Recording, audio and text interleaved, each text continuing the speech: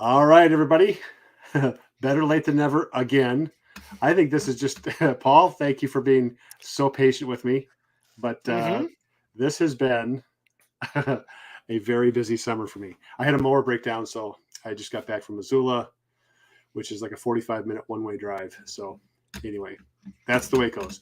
Well, today, Paul Whaley is joining us again. And Paul, I think I'm going to stop calling you a guest. Sure. You're It no works longer fine for me. you're no longer special, Paul. You were special Oh. at one point in time. You are no longer special. So we're just doing Tim and Paul, but we should just call it Tim and Paul. Every time I say Paul, I want to say it like Like New York accent? New York accent, like Yeah, Paul. that's fine. I grew up on the East Coast, so I had a lot of New Yorkers that would call me that. Yeah. Paw, Okay. dog, coffee. I'm fine Yeah. with it, Oh my gosh. Okay. All right. Well, so today we have kind of everyday carry, but before we do that, Paul, what are you wearing? What watch are you wearing today? So this is going to be broken record for most of our viewers, but I am wearing my 1990s Omega Seamaster Professional 300. I All was telling right. Tim in the pre-show, I've Yeah. been doing a lot of hiking lately. It's very Yeah. hot here in Utah, Oh, but since it's a dry heat, it ain't that bad. So yeah. I'll get it up in the bigger view here. My 1990s Omega Seamaster Professional. Right. I've worn it on 6 hikes since our last show last month. Yeah. So yeah, you're wearing something very Oh large. yeah, here, just I a little can see. flash. Just a little flash. Okay, so this is what my second oldest son would say is the Iron Man watch. And okay, so I'm going to take this off because you kind of have to see this to really appreciate the Chinese engineering. Okay, so this Chinese watch, this is $15, maybe 10 on sale. Mm-hmm. But here's the watch. Okay, it's an OULM. I don't know how to pronounce it. I did a review on it. But I believe someone corrected me in the comments as always and said that the OULM is an abbreviation. So, yeah. But anyway, this is a legitimate dual time watch. Because it's 2 watches. Because it's 2 watches. 2 batteries, 2 movements. Yeah. And it has a compass in the bottom. It has a thermometer in degrees Canadian up on top. Interesting. Now, how accurate is the compass? It is pitiful. It is absolutely pitiful. Here's the thing. Like you put a compass inside of a case next to 2 batteries. Yep. I don't know. I'm very skeptical of that. Even the watch compasses that you put on the strap, I'm kind of skeptical of those. I like to take them off and then use them. Sure. So, but yeah, this is very unique. I'm very emotional around your loss with the Arnie. The Arnie is still not working for you. Yep. But this is my Arnie equivalent. There we go. I feel totally huge. I think that might be a tad smaller than the Arnie, unfortunately. What? No, I'm kidding. The diameter of the case on this one, I think, is close to, is it 75 or 80? That's like wearing a Nokia phone on your wrist. It is. Like if there was a keypad on here, it would actually be more useful. I think I saw it in Predator. Arnie, were the Arnie. You've got the Predator one on. You're going to detonate something. Yeah. All right. So there's the watch check. We got to move on. So today's episode is around Casios. Casios, we talk about them so much. Yes. I have probably 50% of my videos now are Casios. Mm-hmm. And I do it because the variety is so high. The cost is so low. They're interesting. And there's always a little something different. I was wearing this one today, the W217. This was the watch I was wearing all day today. Mm-hmm. Wore it in the shower because it cleans it off. Yep, certified classic. Yeah, and but it's just like I don't know how to get away from this. It's I know it's a bug, it's a virus, and I got it bad. But we're talking Casios today. 5 things we like, and 1 thing we don't. And I'm going to say this right now. I'm already breaking the rules. I'm going to have more than 5 and more than 1. So that's fine. Okay. That's fine. It kind of depends on whether or not you say something that's on my list. Sure. Or on my mind, because I know what I want to say. I've been thinking about it, but at the same time, like if you take one, I have another one for backup. I know I'm going to have at least one that will be on your positives list. Okay. Because it's one that you've talked about before. Okay. But I know our negatives will not be the same. Okay. I know for a fact it won't be, because I know what your negative already is. Oh, okay, all right. I say I know. I I feel have like a we're married or very something. strong. Like the newlywed game, man. We could go to the newlywed game. uh, yeah, but I'm happy to keep talking about Casio because they are the greatest Japanese watch brand.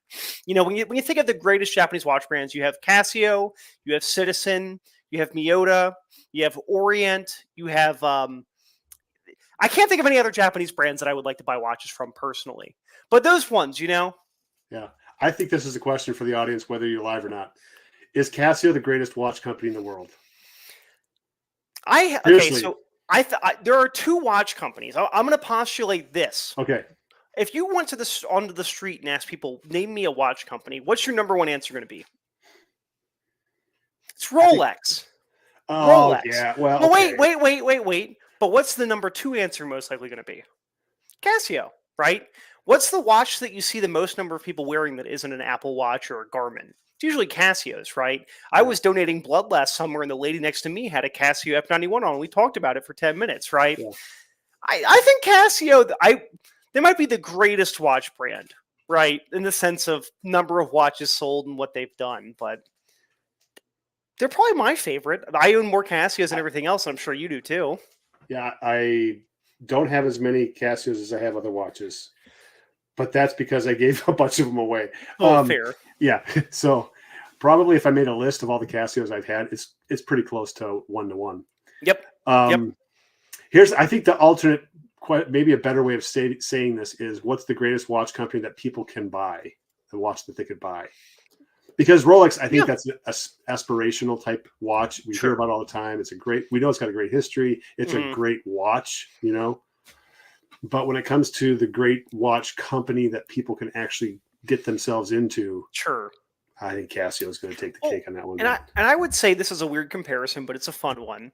Rolexes have gotten proportionally more expensive, especially over the last 10 years, right? Like, not that I was, 10 years ago, I wasn't interested in watches, but even then, Rolexes were like 30 to 40% cheaper, even accounting for inflation. Casio is like the Costco hot dog of watches. You know, like the prices don't change, right? Yeah, right. So, yeah. But plus, I will vent for a second before we get into our Casio list, but I've got a G-Shock here. Okay. $85 G-Shock. Right. It does everything better function-wise than the Seiko Arnie. During our last show, we had discussed that I had gotten a defective Seiko Arnie. For our viewers that remember that, I sent it to Casio a month ago. The watch has been with Casio's or with Seiko's service center longer than it's been with me, right? So I send it to Seiko. This is not good. I send it to Seiko. And I get updates saying they're going to replace the movement. Watch comes back to me over the weekend. We're recording this on June 12th. It's a Wednesday. I got the watch back on Sunday. And it's still defective. I took it outside and it reset itself. And they put scratches on the case back, which I don't care about that as much, but it's like, I guess I don't take much care there over at the Seiko Repair Center. So I chewed them out over the phone the last 2 days to get a shipping label because I'm not putting any more money into a watch that is about 6 times more than this is, but has less functions. Right. And obviously it doesn't work. You know, I can take this out in the sunlight and it won't, factory reset. So I am done with Seiko. Casio is the king Japanese brand as far as I'm concerned. If I want a watch or a calculator or a keyboard, I can get it from Casio. Seiko just makes me watches that, don't work when you take them out in the sun. Yeah, and the bezels don't line up. Well, that's the best part. It came back and the bezel wasn't working. It wasn't lining up. It worked, but it still wasn't aligned. And even though I had mentioned that in the first thing I'd sent them, like, hey, can you guys fix this while it's there? Nah. Yeah. So yeah. But Casio is a brand I like a lot more. Yeah, it's the what is that, the guy who does all the analysis of whether or not it's more cost effective to fix it or just pay somebody out or whatever. Yeah, there's so many Seikos out there with bezel issues. There's so many Seikos out there. Like, you're not going to spend the money to go after all those. They're low-end entry-level watches anyway. Yeah, and I've already put $400 into this watch plus another $20 for shipping. Yeah, for a Seiko Arnie. So it's yeah. And then Seiko, they were dodging my phone calls and dodging my emails and all of that. Paul, what we could do is we could start a protest. We could get on. Okay, so halfway between, you're in Salt Lake City, right? Yes. Okay, halfway between Salt Lake City and where I'm at is probably the border. It's probably the border, isn't it? It's a little bit further than that. We Montana, can meet Utah? somewhere in Idaho. Oh, that's right, Idaho. You gotta go through Idaho. We always forget about Idaho, don't we? I don't forget about it. I like it, you know. Idaho. Probably Pocatello. Let's go to Yeah, Pocatello. we'll go to Pocatello. It's Get on a fairly street pretty there. corner and protest Seiko. And We just can see do what the that. reaction is. Admittedly, the Get folks on t-shirts. Watch Crunch have been enjoying the process of me Yeah. being very angry at Seiko, Yeah. as have the people on YouTube. So, Everybody loves to beat up on the giant, right? yeah. Hot shots at the giant. Why not? But Yeah. I want to shout out one of our viewers, Johan. Thank you for commenting on being very concerned about the Seiko issue. Oh yeah, Johan. Johan always has great comments. Mhm. Okay. All right. So that's the intro. Yeah, Casios. Five things we like, one thing we don't. Let's get started. Mm-hmm. Paul, I'm gonna flip over. So is the first slide that you shared with me? Is Nope. that okay. So we can go to any of them, and because I have my 5. I'm not going to show them here, but I have my 5, and I don't have them in a specific order. Okay. Right. So do you want me just to go through? That's fine. The first one up? Yeah, and we can go back and forth. That way, it's not just me reading off my 5 and then you doing yours. Yeah, we'll go back and forth. All right. Let her rip. So this one's simple. This one should be the most apparent. It's the backlight. Now, for me with Casios, I do love the digital Casios. Nothing against the analog ones. I think that a lot of them are good too. But why I go for a Casio is because, as far as I'm concerned, they make the best digital watches in the industry. Right. And the backlight on the good Casio watches with good backlights is fantastic. So in this one, I've got my 5610 that I'm holding here. Yep. Fantastic backlight, to the point of like, it's 2 o'clock in the morning. I'm sleeping and I'm like, I wake up and I check it. It's like, it's like getting flash banged. Yeah. And I love that. It's great. So a great backlight on good Casio watches is one of my favorite features. Now, this is not one of my negatives, but the backlight, absolutely. So is that the electroluminescent version you're talking about? So this one, it is one of the electroluminescent, but it's the white electroluminescent, not the green or the amber color. I know that they change. Electroluminescence is one of those things where it used to mean something, but now it doesn't really anymore. Yeah. My 6900 is the green electroluminescent, as was my old 5600, like the standard G-Shock. Yeah. But it doesn't matter if it's the electroluminescent, if it's the amber glow or the white glow, as long as it's good and fills the entire screen. This one, again, it blew out my camera when I was taking the picture. Yeah, that's a good one. Well, that's a good effect. Very good. Okay. Let's see here. How do I go through full screen layout? Well, we'll blow through here. Sure. We can keep going back and forth and back and forth. So this is my all-time favorite Casio. I've had a ProTrek Pathfinder version of this watch since the mid-90s, I think. I want to say it was the mid-90s. I have a hard time remembering when I first got the first watch because I actually went through that one in about 3 or 4 years, and it was the strap fell apart. Mm-hmm. And it wasn't that expensive. It was like maybe $200 for it. And so I was like, I'm just going to get another one because, you got to replace the battery and all that. Well, then the next one I get is Tough Solar. And then the third one I've had is this one. Mm-hmm. But the thing I like about Casio is their outdoor tech. Very simple. And again, it goes back to the 90s. We'll just say it was in the 90s. And the reason I got the first version of this watch decades ago, was I got turned around in this swamp area on a cloudy day in East Central Minnesota, which is really flat. And I vowed to myself I would never go in the outdoors without a compass ever again. And so putting it on my wrist was way better than putting it in my pocket. It was way better than remembering a compass, my jacket, in my kit, whatever. I always had a compass on me. And so for me, and back when cars, that was a luxury thing to have in a car, was a compass, up in the rearview mirror. Mm-hmm. That was extra. Yeah. And so anyway, I think Casio has just led the way when it comes down to straightforward, simplified tech. Now, the GPS and the smartwatch, I really don't want to hear it from anybody on this one because I know I get it. I have a smartwatch. Matter of fact, I have a ProTrek smartwatch that was before this one.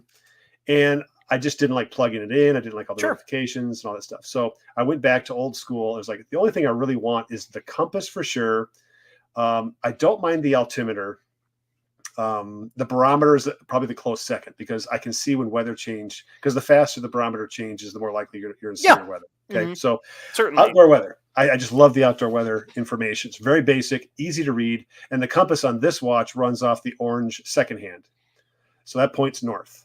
Yep. Okay, and you can do all your orienteering off of that. If you know some orienteering, you can do it all off that. So that's my number one. I love it. I think it's one of the greatest things that Casio has done with watches. And you're going to hear this in like slightly different versions. Their technology is great. Okay. And it's to not perfect, prove a but it's point, great. I'm right there with you I'm not anti-smartwatch for outdoor stuff, but it's one of those things where it requires more maintenance, which is kind of counterintuitive. Yeah. For all the hiking I've been doing where it's not really simple, Yeah. I've had a proper wrist-mounted GPS on one arm and then my watch on the other arm. Yeah. I could just pack along a Pro Trek, which I actually wrote down that maybe I should look at buying one. I've been using the Garmin Fortrex like 601, like the military, arm-mounted GPS, and double wristing it up with a GPS and a watch. But yeah, I mean that gives you all the things you need, and then you don't have to worry about plugging it in. It's solar powered and lasts forever and is durable and all of those things. Sure. And this one, I have another one. Is the SGW 500 or 5000. That's another one that has a compass on it. I really like it. It's cheaper. But that one, the compass is a little more sensitive. Like you have to reset it, which is a super easy process. Sure. This one, I have never had to reset. The other one, which is going to be a slide coming up here, it's another one of the, it's not about the outdoor stuff, but that one, I never had to reset. It always showed me north, and you can set the declination on there. So if you're in a particular area, you can set the declination on there so you get actual magnetic north. Okay, now this is possibly a dumb question for me. Do you have to buy ones that are specific to the hemisphere, or are they configurable within the settings of the watch?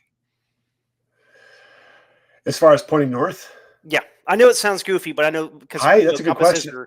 Are flipped over depending on north or southern hemisphere.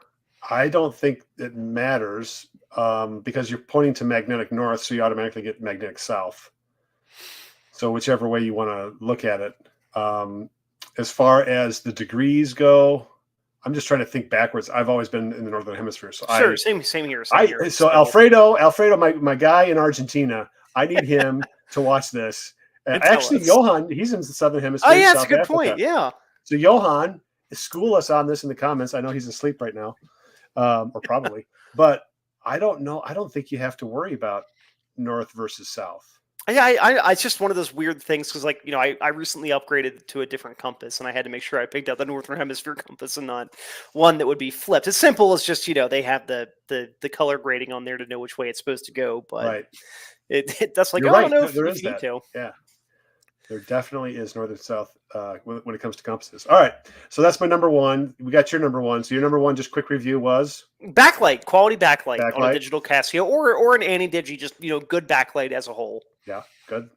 I have to. So this watch has a great backlight. It lights up not only the digital display but also the analog display. So it's just one of these watches that pay the $350 because you get everything you could possibly need without a lot of stuff you don't want. And G-Shock, G-Shock just adds money to this whole thing. But anyway, so mine's outdoor. Okay, number two. Paul, you ready for number two? Of course, yeah. Well, let's go to the photo, the second one that I've got here. This is one that I might be stealing from you. This photo will be used for two of mine, so we'll come back to it later. But the thing I'm going to go for that might be stealing from you is a big legible display. Dude! I know that's one of yours. All right. Good. I'm happy for you.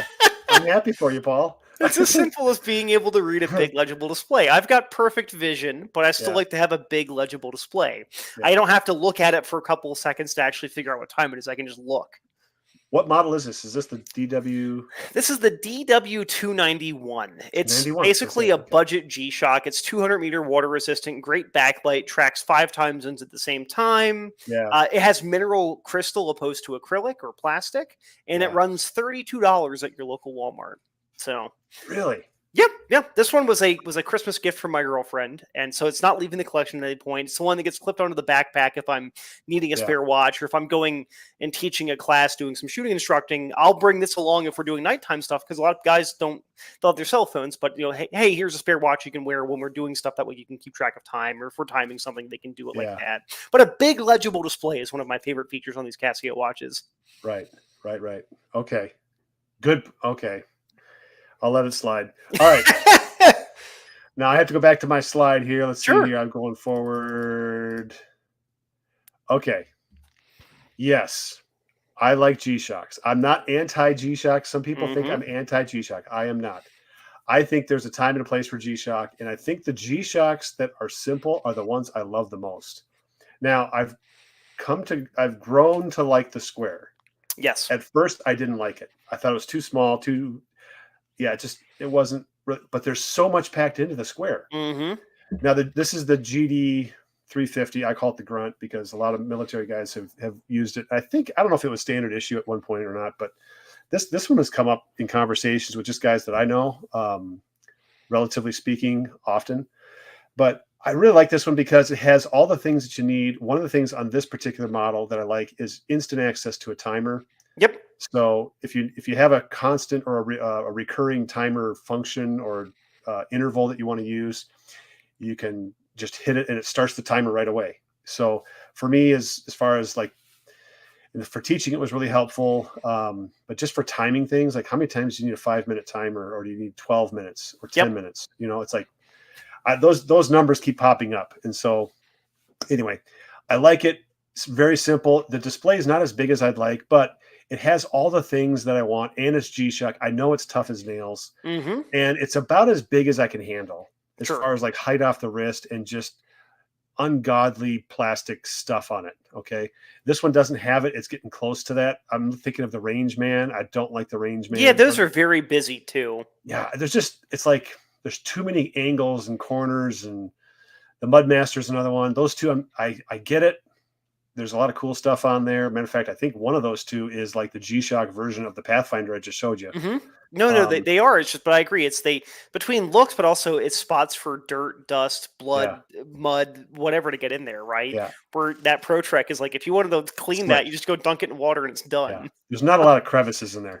Exactly. So this one has more. This is kind of that. I'm saying something, but at the same time, like I know this one can take a beating, an absolute beating, and the strap on this one, you can lay this watch flat.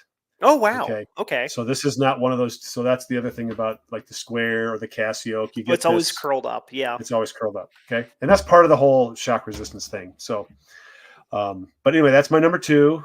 It's kind of that simple G-Shock. Like you just had one like that one you just showed is a simple G-Shock.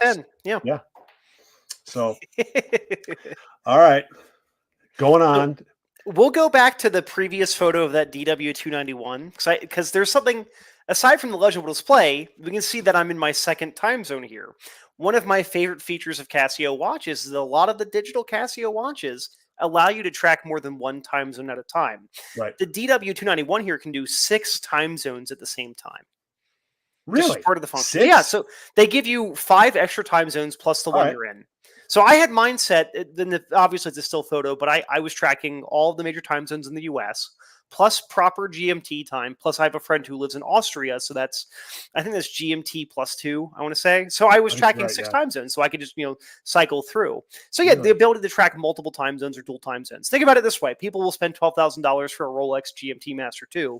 You can buy this Casio at Walmart for $32, and you can do 4 more time zones than that Rolex. Doesn't the Royale have 5 time zones that you can track? It has 6 because you have 5 additional time zones plus the home plus one. 5 plus 1. Yeah. But this one's unique where it actually has. I don't know if you've reviewed the 291 yet.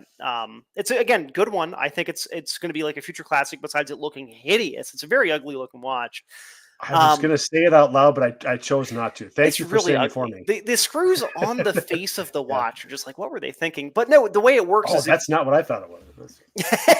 The bottom right pusher cycles through additional time zones when you're just at the home screen, and then when you cycle through the other, like your alarms, your timers, your stopwatches, you have an additional like permanently set one so that you can go back to it. I don't know why they decided to do so many time zones. I won't complain because it's more features for the same amount of money.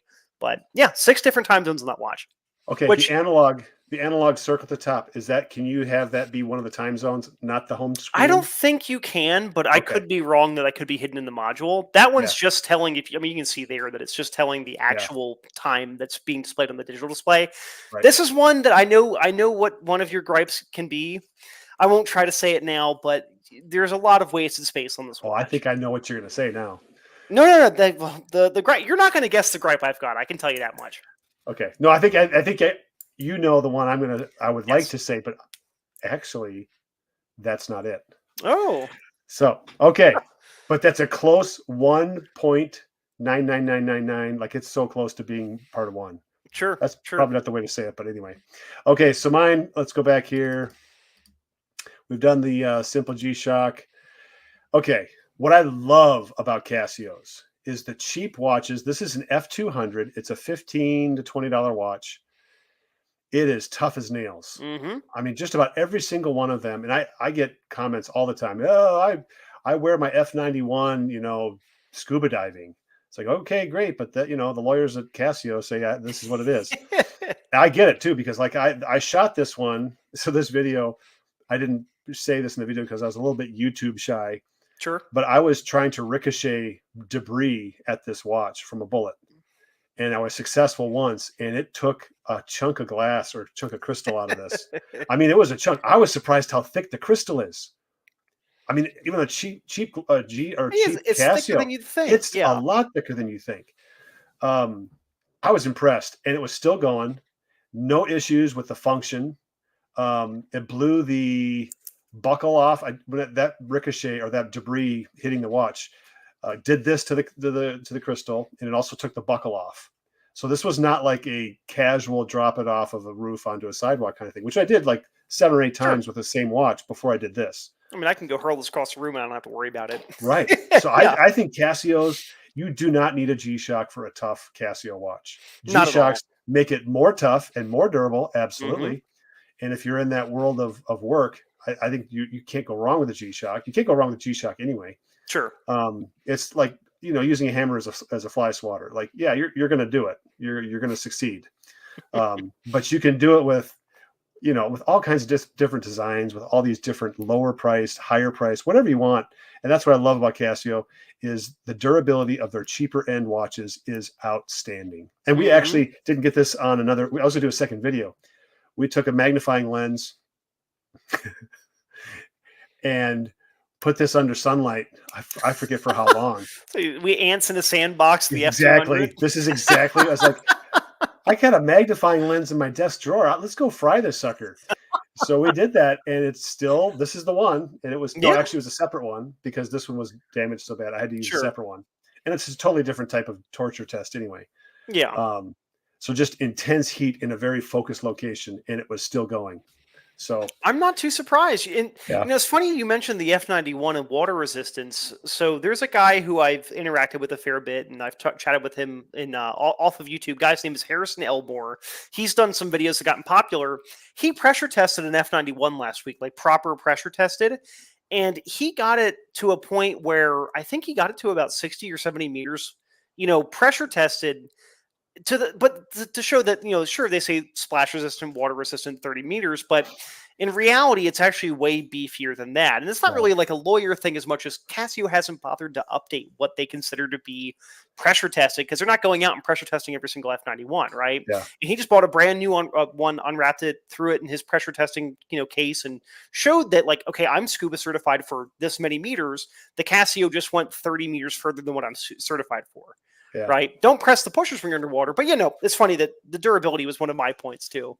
So okay. No, hey, it's fine. I've got backups. Touche. We're good. But no, I agree 100%. The durability of a Casio, even if you get like I've seen the easy, like there's like Timex Easy Reader. Casio has their version where it's just a big legible, one. I've seen folks bang those into things, and if it was something more expensive, you'd be like, oh, they're going to crack a crystal or whatever it might be. These Casios are fine, and even if you do damage the crystal, they're still going to work until the battery dies. Usually, it's not often that you actually see them die. Yeah, my cousin's kids. I went out there to visit them over the winter, Christmas break, holiday, and. He was a Navy SEAL, and when they found, because I didn't really say anything about the watches because I had a whole not briefcase, but it's a hard case full of watches because I was doing reviews on the road. I'm like, I got to keep this going, otherwise I'm gonna it's like getting behind in your homework. Mm-hmm. So once his boys, and he's got like I think 9 or 10 kids. Once the boys found out I was doing watch reviews, like, oh, let's see him. So I'm like, okay. So I gave him all a bunch of watches and stuff, but his watch, he has, I think, and I hope his boys correct me if I'm wrong or say something about this if they're watching, but I think he has a 5600 from when he was in the Navy SEALs, and this Sure. was, I want to say it was late 90s Yeah, or I mid wouldn't be 90s, something like surprised. that. He's had it for 5600s or 20 years. the 6900 ones are really popular in the military. Yeah. The big circle ones. Yeah. He's had the square, and he said something to me like he's had it for the past 20 or 30 years. He just changes the battery out. So that, and he was also a PE teacher. So, Oh wow. Yeah. you know, it's getting banged around a lot. So anyway, durability. All right, so let's move on. Sure. What is this, number 4 or number 3? We are going into, this will be my 4th. Number 4 is what that'll be. So if we want to go to the picture I have of the 5600, yeah, that one there. Yep. So this one here is one that this might be on your list, but I don't know if it is. And again, we're talking about things we like about Casios. This is not a feature that exists on a lot of Casios, but when it's on a Casio watch that I own, I really like it. I like it when I can still see the time while using one of the functions on the watch. So here I'm running the stopwatch, but you can still see that it's 2:41 there on the watch. I still have the ability to check the time because sometimes, like, you're doing an elapsed timer and you might be timing something, but you still want to know what the actual time is without having to cycle through settings. Right. So it's a minor feature, but it's one of those ones that when I don't have it, it's like, man, I wish I had this. Yeah. So I really like that feature where you can still tell the time while you're using the other functions of the watch. That's a great function. You bring up, it's not one that I pay a lot of attention to, but every time I had this is the 5610, isn't it? Yep. That's the really popular one. Yeah. I love that. It's you notice it when you use it. I don't use the stopwatch as well. I do for certain jobs. Sure. But again, like you said, that brings up, that's a good point. I was for a while. So this might be TMI for our viewers, but where I was living before, my washing machine broke and I was renting, so I was waiting for the landlord to fix it. I had to start going to a laundromat, and I was able to keep the stopwatch running to time how long it would take while still being able to tell the time.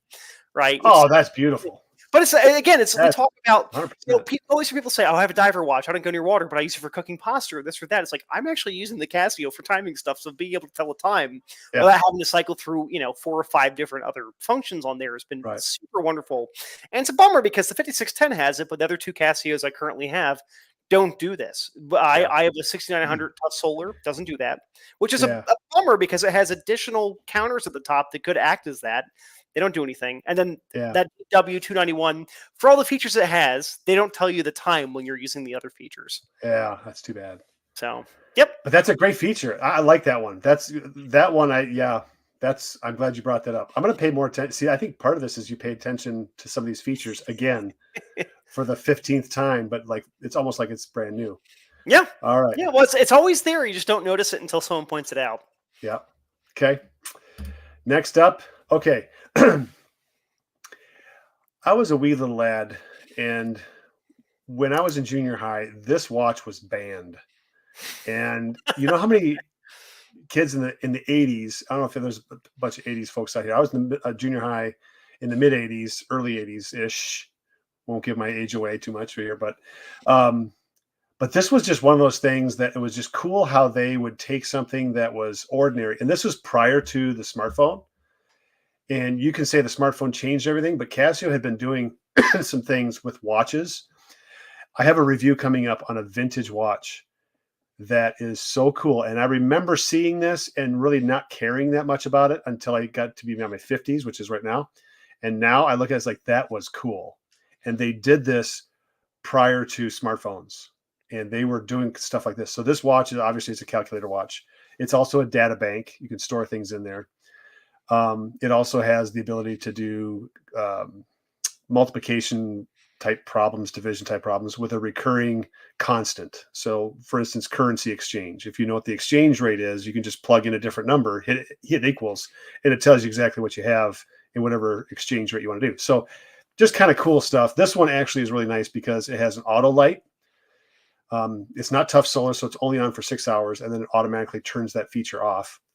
It has a great amber LED light, very legible. I think the 611, which is the metal version of this one, it's an earlier version. The display is a little bit smaller. Sure. But just the functionality of this watch, and I wear this watch, I get more comments on Casio calculator watches than any other Casio that I wear. Absolutely. Especially the 50, is it the CA53, the Back to the Future one? Yeah. That's one. It's funny. That gets it all. Yeah. Well, that's the thing. I'm right there with you. Where I have seen people wearing those, and I'm like, this is an interesting person. Like, boring people don't wear the Yeah. calculator watches or the data banks. You got to be kind of committed to not only Casio, but wearing a nerd watch. Because Oh when I yeah. was in junior high, this was a nerd watch. And I had the 611, which is the metal band, and it's a slightly different display. And it pulled the hair in my arms. And Oh I yeah. remember, like, this is so frustrating. It hurts for me to wear it, but I want the calculator for when I have math tests. Sure. So I hung on to it until the end of the school year, and then it's like, I stopped wearing it. Mm-hmm. But you're right. You got to be committed to wear it. This isn't the gripe, but Casio is very hit or miss for metal bands. Yeah. Either they're precisely okay or they're really bad. Like I've not had one that was good. Either it was okay or bad. I'm gonna piggyback on that because this is the vintage watch without showing you what it looks like. Okay. But this is the metal band that I don't like. The Yeah. links are too big. Now you Mhm. get the fully adjustable, Yeah. hook clasp here. Yep. But because the links are so big, it's almost like the adjustments are just too gross of an adjustment to really fine tune it. So I'm not a fan of that. I'm a huge fan of this vintage watch. Sure. There's so much, like, I started looking into Casio vintage stuff. Mhm. There is so much vintage stuff out there Yes. that is so incredibly unique. I think some of the newer stuff, it's kind of recycled. Oh, in a way. absolutely. It But you go absolutely back is. 20, 30 years, and I'll tell you what, like, there's some really cool stuff. I may have the courage to show you this watch here because I don't want to spoil it, but at the same time, I am terrible with secrets. Okay. So there's my number 4. Let's go to number 5. Yep. So my number 5, it doesn't matter which photo we're on. So I had to sub in from durability to this one. I like that. I don't think that there is a brand that offers as many wide options as Casio. Mm, Right? And I joked about it at the yeah. beginning, right? Like if you Yeah. want Casio, it's like, hey, I need a keyboard. Okay, we got you. I need Yeah. a calculator. We got you too. I Yeah. actually need a watch. Hey, you're not going to believe this. It's like you go to Casio, you can get super durable dive watches. You can get watches that are approved for missions in this space. You can get Yep. watches that make you look like a used car salesman, right? Right. You Yep. get so many options. I'm a fan. I won't say that I'm a fanboy of any one brand, but like I like the Omega Seamaster. You look at Omega and they do a wide range of watches, but they're all very much, you're going to be getting a mechanical, analog watch that has some amount of features. Maybe you've got a quartz watch that's still an analog. Casio is like, if you want some weird stuff, you get it. If you want some really basic stuff, you can get it. If you want to have a barometer, an altimeter, or a compass, you can get that too, right? Mhm. I don't think there are any companies offering nearly as many variation as Right. Casio does. And if you want it in any color, it's like you can even get them clear these days. I'm sure you've seen the clear F91s and the clear Yeah. G-Shocks. Like you can get so many different options from Casio, and I love that because someone might say, okay, this 5600 is too big for me. Okay, we can get you a smaller, exact same watch, like same module and Yeah. everything. Right. We can get you a bigger one if you got 8.5-inch wrists, right? Yeah. Yeah. Hey, Chris Kahn's out there. Hey guys, where my 5610U? All right. Hey, Yeah. there we go. Paul's on board. Hey, Paul. Yeah. Yeah, he got an Ernie, but he got the module, I guess, It doesn't earlier work. version of it. So he's what I will say real quick with the Arnie. So I had to do a lot of research, and it's funny that this is such a recent issue on those watches that my 2 videos and posts on Watch Crunch have gotten a lot of comments. Apparently, there's an issue with the capacitors for charging the batteries on the 2023 and 2024 production Arnies, where when it realizes it's at full charge, it's fine. But then when you come inside or go into shade and then go back out into the sunlight, it says, okay, time to charge. It realizes the battery's full and then it factory resets. So there's some sort of capacitor discharge issue, which means you have to get rid of the entire module within the watch. Yeah. So I almost understood everything you said. I don't even understand it, and I said it, I was so close. All I know is was I go so outside close. and the watch stops working. I recorded 50 seconds of footage to show it malfunctioning yesterday before I mailed it off. In Yeah. the 5 minutes I was outside, it reset itself 4 times. Oh man. So Oh man. There's so many things I could say. I don't want to say it. All right. So quick review, your top 5. Go through because we just hit 5. Sure, of course. So these are not in the order we did them. Actually, I can remember it. Number 1 was backlight, a good quality backlight you get out of a Casio watch. Whoops. We have a nice, big, legible display. Yep. We have dual time function, or 3 time zones, 4, 5, 6 time zones. Sure. We have the ability to still see the time while we're using a different function, like the stopwatch or the alarm. Mhm. And then we have the number of options that we have for our Casio watches. Right. Wow. Good list. All right. Time for my 5. Let's see here. Well, you haven't said your number 5 yet. No. Oh, dang it. I put the vintage watch in here.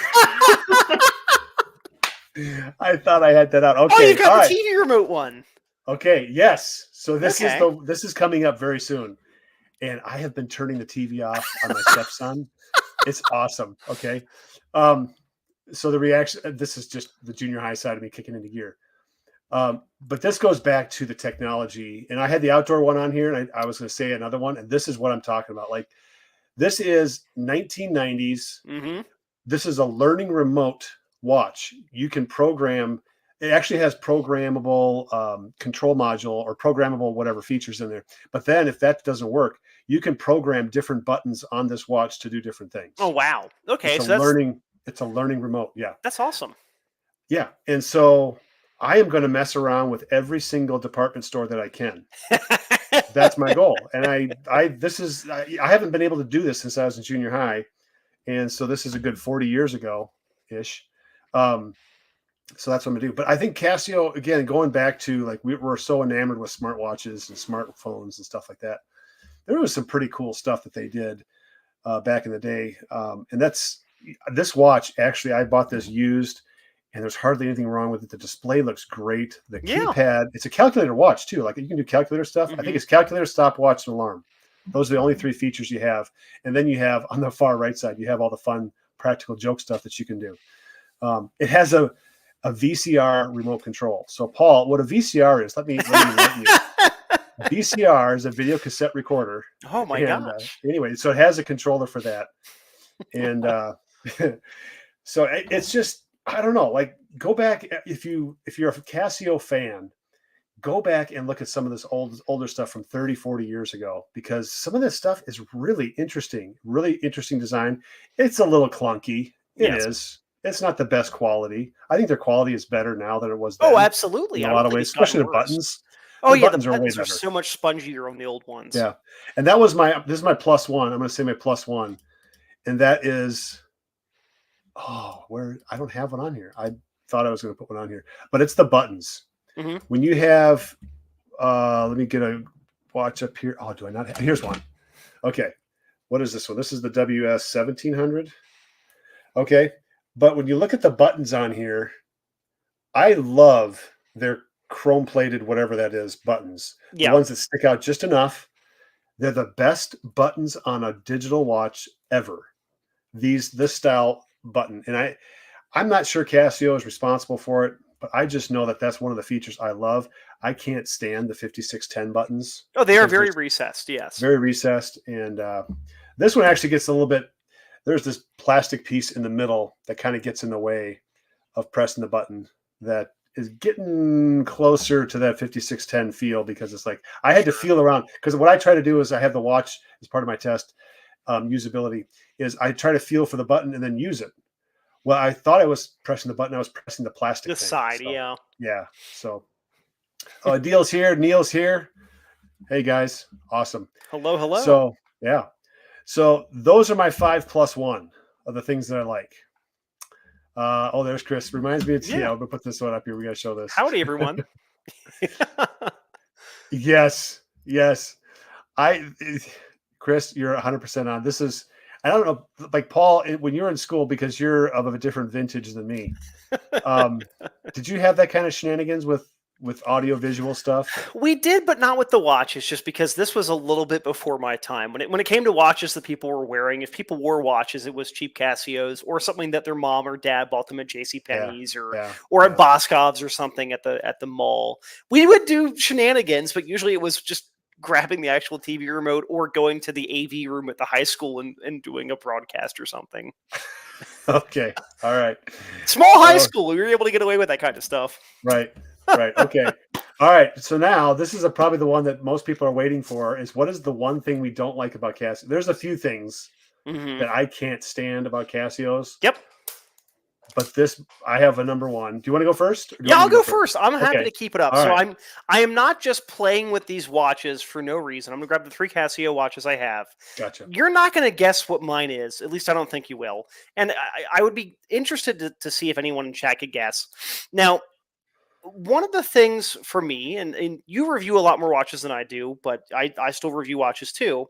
So I have 3 different Casios here, right? I have that DW 291 here. Okay. Yep. I have the 6900 Tough Solar, Yep. and Oh, then I had the nice. 5610. Yep. The issue I have with these watches, I Oh, say I know. issue. I know what it is. Can I say what it is? Can you say what it is? Can I say what it is? Say it. Is it the Tough Solar charging panel? Nope. Oh, okay. Okay. All right. So I the thought issue knew I what it was. have is that they all have, aside from the button for the light being on the front here, which I'm fine with, the buttons on these watches all do different things. They do. Casio does not do the same button layout for their watches. And I don't mean where they're located, but I've got 2 watches here that have buttons in the same spots, but the buttons have different functions on the 2 watches. Right. Right. Right. Yep. And obviously, if I had a single watch, this wouldn't be an issue. But even when I went from the 5600, so the basic square G-Shock, Right. to the 5610, they changed the backlight button from being on the bottom to being on the top on the 5610. Yeah. And that simple thing, I kept hitting the receiver for the multiband 6 when I was trying to hit the backlight for the first week that I had this thing. So that's my gripe. And this is such a minor gripe, but you know what? I can be petty. I care about the details. Right. I'm not saying that Casio needs to go and make every single watch use the same module where the buttons are in the same place and do the same things. But as someone who cycles through them, it's like, oh, turning on the backlight. Oh, now I'm in, Portugal time zone or something, So, well, all I can say, Paul, is Utah public schools. I'm not even from here, which makes it even better. Oh, shoot. I'm from Delaware. That joke was supposed to be better. Okay, but you're right.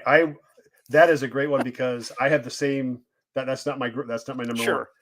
But when it comes to the light button, or even like these 3-button ones, yes, it's just different from the other ones. Like you get into the 4-button version of the 5-button. I love the light button at the 6 o'clock position. Same. I think it's great. Get that button separated and have those other 4 do other mode things, and get the light separated out. So I love that for that reason, which is why if you look at the 2 I have,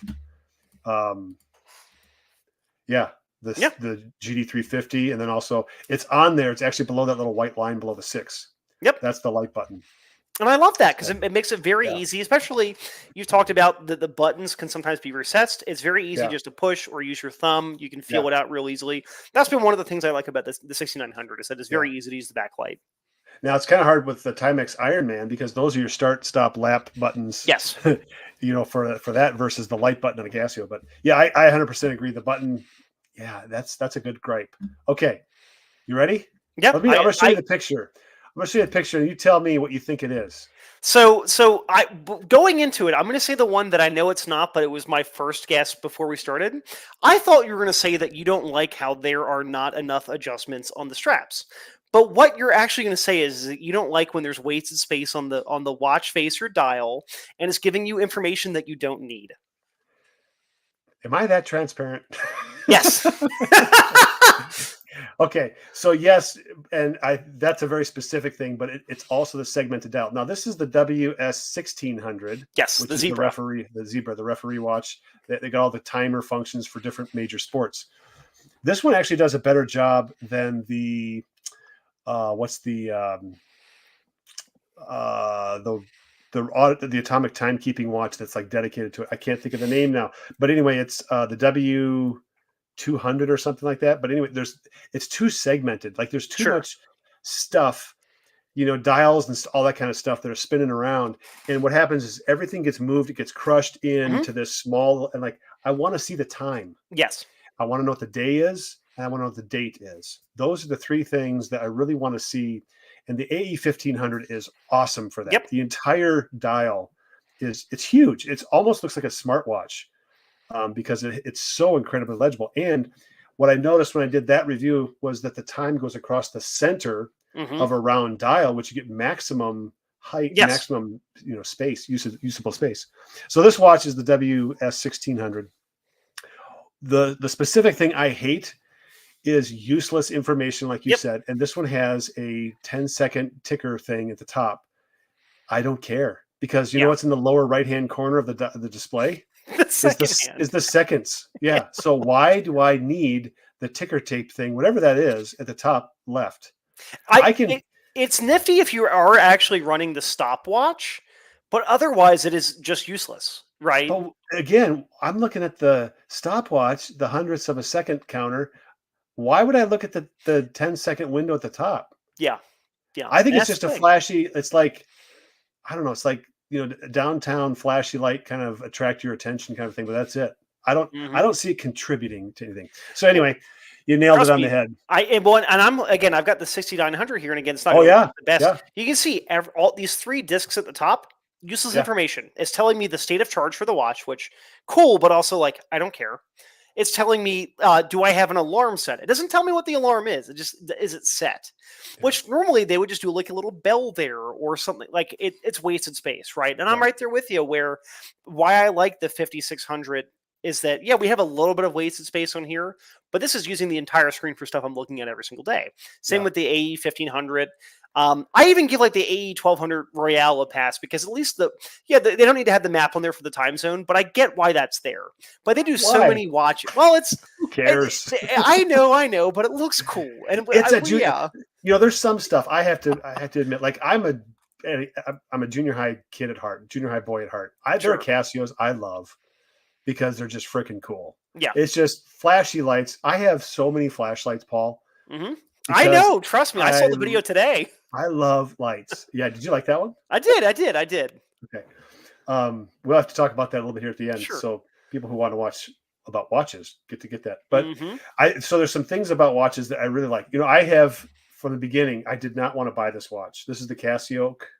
Yes. I did not want to buy this one. I did not, but I got it. And it's like, you know what? There's some cool stuff on here. It has a little bit of form, like artsy, fartsy type stuff. Yes. That's okay. I'm good with that. Well, then there's this red, mode indicator at the 9 o'clock position, which I think is really cool. And so it starts to grow on me, and pretty soon it's like the light is actually pretty good on this watch. And so it's just, I love lume, any kind of mechanical watch. Lume is high on my list because I'm a kid at heart. So, but it also helps with low light and no light situations, which I'm always looking at my watch later at night. Like, what time is it? It's time for bed. Okay, go to bed, Johnson. Like, quit staying up past 11:30. Like, that's stupid. You're getting up. You're going to get up. Okay, anyway. So I love lume, lights, that kind of stuff. So I think seeing some of this stuff on here, why isn't that kind of the same thing? Because it doesn't help with anything. Mm-hmm. Like lume helps me with something. Flashlights help me with something, but this actually doesn't help me with anything. And therefore, see you later. It's very 80s in the sense that, that was the decade of decadence and kind of doing things just because. And this is one where I can see someone who could use this. Like if you were really trying to calculate, because at the top, it's not just a second counter. When you're actually using the stopwatch, it goes into you can do like 0.05 seconds on there. It segments it. Yeah. But that's such a niche thing that you're like the person who wants that already has something that can do it more accurately than this Casio can, or easier, right? I'm right there with you. To make it more usable. I noticed in the comments, Adil asked what would be a good dressy Casio that has a good backlight. A168 or A700 are the two I'd recommend. Yeah, I think dressy. The Casio is really kind of a dressy looking watch because it has that royal oak look to it. But I have to say, do I have it over here? Ooh, I just did the. Where did it go? Oh, here it is. This is the WS 1700, and I got to say, this is a freaking cool looking watch. I just did the review on this one a day or two ago. Yeah. Yeah, and what I don't like about it is this digital display is almost worthless. And I mean almost worthless. Yeah.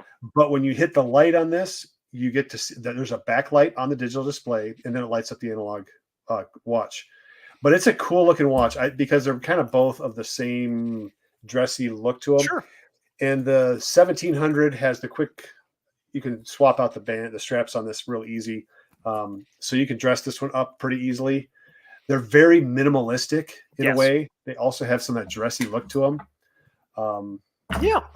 There's some out there. I think just go to the Casio website and really really play around with it. I think that's one of my biggest pieces of advice to people who are getting Casios. I'll give them one or two and say, really, you should go to the Casio website And and look, choose yeah, choose the features that you want and start looking around, yeah. because I think that really helps narrow things down. See, and that's my thing is like for me, you went to something that was more durable but was more modern looking, and I defaulted to like the metal banded Casios from the '80s that are still being Yeah. made now that Mhm. are great backlight. They're cheap. They're really thin. Like for me, when I think of a dress watch, I want a watch that is relatively small Yeah. and is very thin because Yeah. the idea maybe this is my miscued view of dressy stuff because my girlfriend jokes I'm a cartoon character. I wear the same outfit every day. Cleaned, of course, but Yeah. every day. If I'm wearing a dress watch, I'm somewhere where I don't care about looking at the time, generally speaking. So if Right. I have to look at the time, I want it to be something that people don't notice unless I want them to notice it. So like a simple low-key Casio, Yeah. I'm down with that, I'm going to try and pull up. So Casio makes some analog watches too. We've been Yes. focused more on the the digital. Let's see if I can pull this up and screen share this. Hang on how do I share screen? Let's see here. I'm not going there. All right. But check out let's see here. I have it listed here. It's the MRW 200. Mhm. Straight up analog watch, $25 watch. It has all the looks of a dive watch. Yeah. And they come in different colors. The one that I really like the best, I think, is the black and white version, because if Mhm. you're going dressy, you want to kind of keep things relatively subdued. If you're going like professional, you can kind of mess around with that a little bit. But the MRW 200 is a good one. And just another like plus thing about the good things about Casios is their analog digital watches. Like they have, we go back here to, the analog digital watch. Like if you want, this is way more analog than it is digital.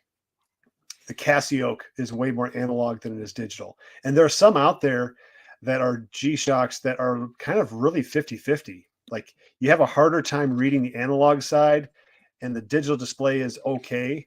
But I really like it when the analog side is really obvious, because Yes. that's what I want to know the most. I want the time. And then I'll figure out the stopwatch, and I'll put my glasses on. I'll look at that because I'm doing something with the watch. Where when I'm looking at the time, I want to glance, I want to know what the time is, and then move on. So I think that's another nice thing is the analog digital AnyDigi setup that they have going. Agreed. And it's funny going back to the Arnie. It's a shame because that's the first AnyDigi watch I've owned that I really, really liked. Mm-hmm. So and Chris put there A168. I had one for a while. Yeah. I ended up giving it to a buddy of mine. He got into watches, and he was like, "I want to get my wife into watches." I'm like, "I'll just give her the A168 I got." And for her, she was like, "It's a bracelet that tells the time." Yeah. Is how she treated it. Right? Great Yeah. backlight, very thin, $25. Yeah. And that's a bracelet that is not a hair puller. I will tell Yeah. you that. That is one of the Yeah. Casio bracelets that it won't pull hair. Right. Right. Okay. So we went through the 5 things we like, the one thing we don't. Do you have an extra thing that you don't like that you want to throw in there? It's truth be told, I think that I'm trying to think. I know that they have some models I don't like because they're just not executed very well. The G-Shocks that are trying to be smartwatches that aren't like trying to give you text messages, but are trying to track your body stuff. They aren't comfortable, which is kind of like you need the watch to be comfortable if you're going to wear it, especially one that's tracking your biometrics. Yeah. That can be a thing I've noticed where some Casios are just uncomfortable depending on the contour of your wrist. Mm-hmm. Getting off of that, I know you've noticed this, not necessarily for sizing, but like you can get 2 of the exact same Casio watch that are like one of the more budget ones, and the strap for them will look the same, but they will feel different on your wrist. I had the AE 1300 and the WS 1600, which are effectively the same watch. Right. Right. But one of them, I think it was the AE 1300. That one had a less comfortable strap, like the regular silicone, rubber strap was less comfortable, even though they were nearly identical for the case shape, for the straps. Yeah. And it's that weird thing where the 5600 that I've got, I haven't replaced the strap yet because I rip it off and throw NATO on here because it's very comfortable. Right. It's just a weird thing where it's not a quality control thing as much as you can tell that they're using different materials for certain watches, even when they're very similar. And it makes them feel different on the arm.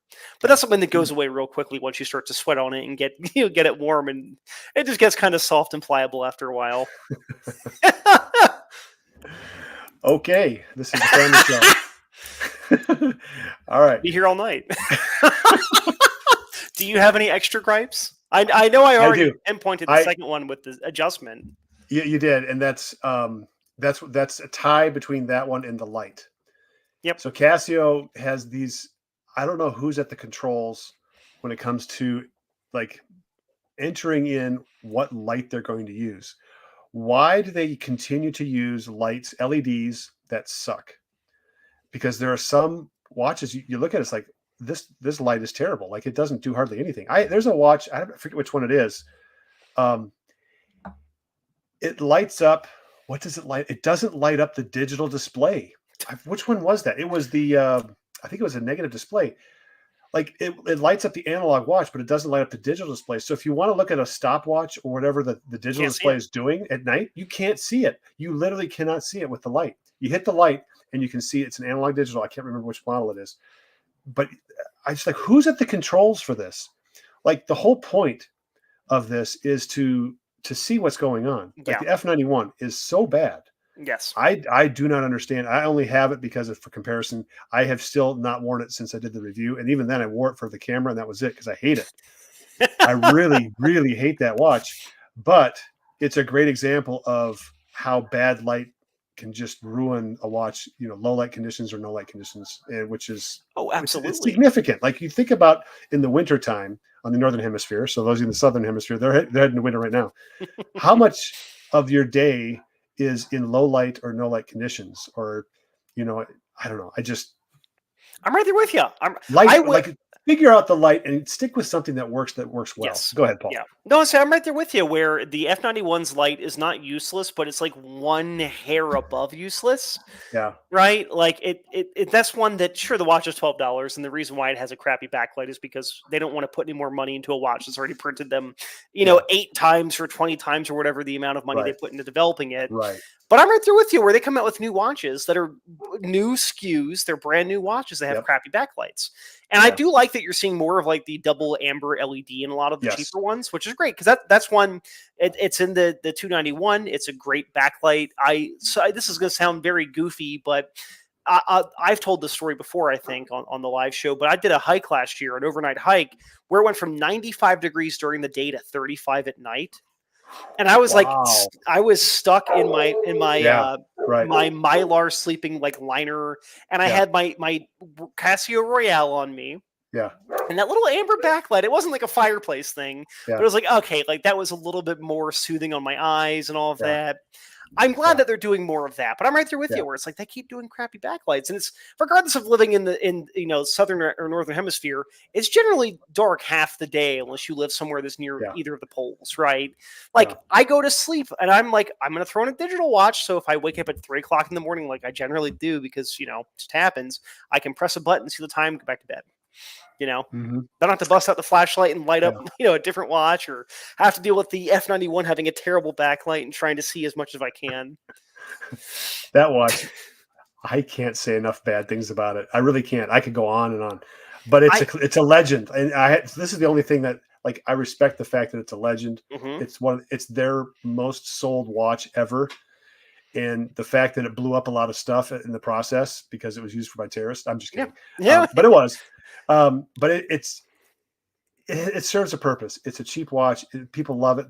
They use it as alarm clocks, or it's the watch that you don't feel on your wrist. Yeah. All kinds of great reasons for having the F91. I just don't think any of them work for me. But I'm right there with you. There's Casio, and the tie for second place is the strap. I don't understand how some watch companies can make a rubber strap, plastic strap, resin strap where the holes are just a little closer. Just add one more hole, like one, and it's just the watch fits so much better when you're working out and then you sit down and relax, or it's hot out and you sit inside in the air conditioning and cool off. Like that temperature change is one of the reasons I don't like the bracelets on mechanical watches as much. Now they come out with the on-the-fly adjustable clasps, right? So now you can do that. like I can adjust as quickly as I can on a regular strap Yep. with a bracelet. So this has changed my view of bracelets, and I've got, it's not here. Just got another AliExpress watch, and it came with an on-the-fly adjustable clasp for under $100. Like, you've got to be kidding me. Casio can't figure out how to make one more hole on their strap? Hey, if it makes you feel any better, Tim, my Omega Seamaster comes with a watch that requires you to do half and quarter links to resize it. I know. There's no micro adjust at all on the watch. That's what scares me about Omega. And then is it the butterfly clasp where they both I open hate up? those. I hate butterfly clasps. Like, it's just like you can't really adjust them. There's no micro adjust on there. It's all in the links. Well, it's a shame because part of why you see that is because Rolex and by extension Tudor, they they trademarked the on the fly, like in the clasp glidey thing. Right. And I think that may have just lapsed for the patent, or it was determined like, okay, you guys can't renew this because this is like a universal thing now. Yeah. So the big boy companies are taking their time to catch up. But I'm right there with you. I owned a G-Shock that had a smartwatch style strap where it had, instead of it being thin, or not thin, but kind of taller, small holes, it was longer, side to side longer, but thinner ones, which gave you twice as many adjustments. Yeah. And I'm not a smartwatch guy, but I've worn a buddy's Garmin before, and I could adjust that within maybe a tenth of an inch for every single adjustment, which is crazy good. Yeah. Yep, negative displays. I thought that would be one of our negatives too, but see, you kind of set yourself up because you end up buying all the watches you buy, but you see that right up front. Yes. Of course, you see the same thing when it comes to that little ticker thing, whatever that ticker tape thing is, or the strap. Like, you're accepting those shortcomings when you buy it. But I'm right there with you. Negative displays. I tried a couple of them, and I've got my third one by accident. I thought this one had a positive display when I bought it. Cracked it open on the live stream last month. Oh, no. Wait a second. Negative display. What? And I can't even see it with my glasses on during the day. Oh my gosh. Like, you have to hit the light. When you hit the light button, it's awesome because it's backlit. And it's like, okay, so there's your sign, Casio. Like, make it positive. So Tim, you bought a smartwatch with more steps. You have to press a button to turn it on to see the time. Oh, man. Now, on the topic of the F91, I will say this. I think I commented it when you did the retrospective video. Yeah. It's not the best watch of all time, but it is the greatest watch of all time. Yeah. Much like how Citizen Kane is possibly the greatest film of all time. How often do I want to go back and watch that film? Not very often, but I can appreciate it. The F91 was really important when it came out in 89 or 1990. Yeah. But just like, I can say that the 1971 Plymouth Hemi Cuda was the greatest car of all time. That's not a car I want to go drive every day. That's not a car I want to have to go to work with, right? Yeah. It's an important watch, but it kind of sucks by modern standards. But many of the best things or greatest things of all time suck by modern standards. It's just the way it is. Yeah, especially when it gets the doors blown off by a Corvette. Anyway, it happens. It happens. Yeah. All right. So now we're kind of free spooling here. We've got a few minutes. We've done the Casio discussion. It happens. It happens. I will show this. It happened twice in a row, though. But you're busy. You're a busy fella. So last week, I sent you a watch to review, and you've reviewed it. I've got it here on a bright orange. Oh, nice. Paratrooper strap from CNS Straps. Paratrooper, that's the one with the hook on it, right? So you've probably seen the Marine Nationale straps. This is one where it's only two hooks. So you have a hook at the top, or two loops. Hook at the top, and then you have a keeper that adjusts it, but also acts as the retainer. So the way you'd wear this here, if I don't bump into that too hard, you would have it on your wrist and you would clip it on, and then it acts as a single pass NATO, so you don't have a double pass through here. You could wear it with the extra material going over the case back. I prefer it just to wrap around the wrist. And what I like is that this watch, it has some QC problems, but at least it works, unlike the Seiko I have or had. Pretty low standard. I was testing out a new shotgun last week, and this is the watch I decided to wear because it's quartz, and even though this is a quote unquote shockproof automatic movement, I don't have to worry about causing any sort of weird acceleration to the rotor in there, right? But see, I have that there, and all the gripes you had in your review are the same ones I have, right? Okay. And now I'm at the point now where it's like, I don't think I can sell this thing with all the defects it's got from the factory. So I may as well dress it up in a weird way. And you and I have both publicized all of them, so people. and watch either of the channels. I think I was joking with Paul in the comments here. I'm like, hey, if you want one, I know someone who's going to be selling one Yeah, real cheap. I saw that. Yeah. So, but it's funny because on this bright orange strap, it works well with the second hand being big in the color.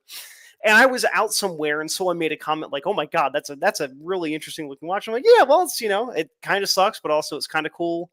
I can overlook some of the issues because now at the point, like I've gotten my money's worth out of it talking about it on the internet, and you've gotten some value out of it talking about it on the internet. Yeah. So, well, I had that one on my list of like, yeah, I'd like to get one of those, and now it's off. Yep. So you saved me money, Paul. Like the money that I got out of this was by not buying it. Mm-hmm.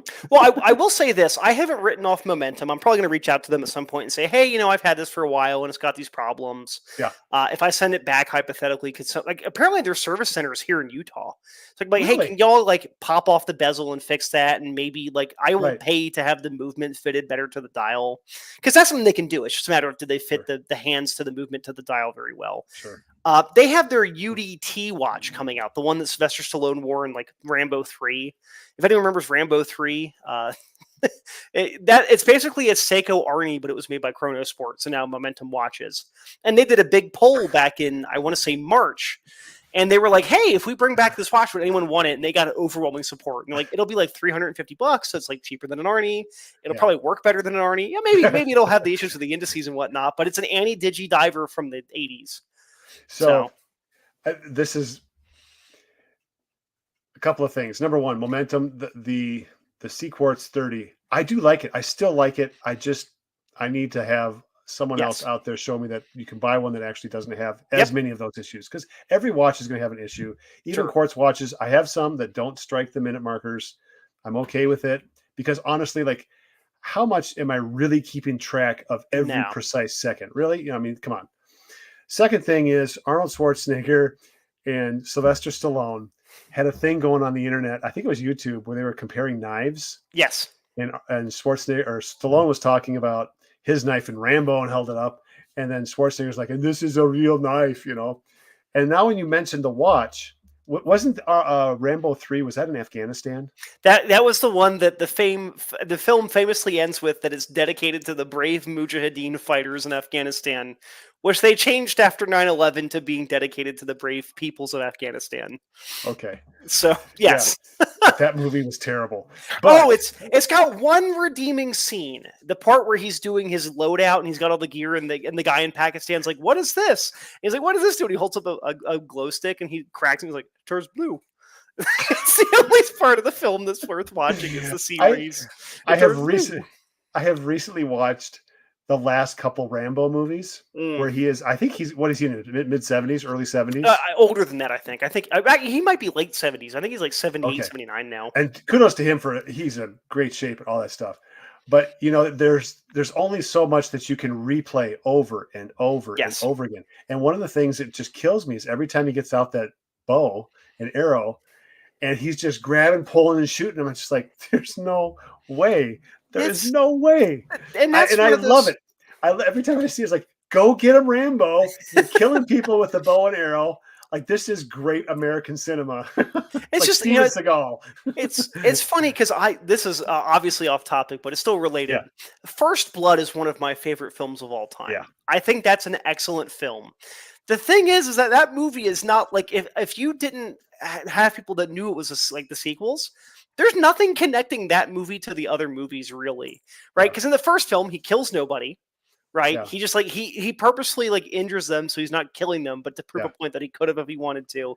And the next film is he killed 80 dudes in the next movie. Oh, he's mini-gunning everybody. Yeah.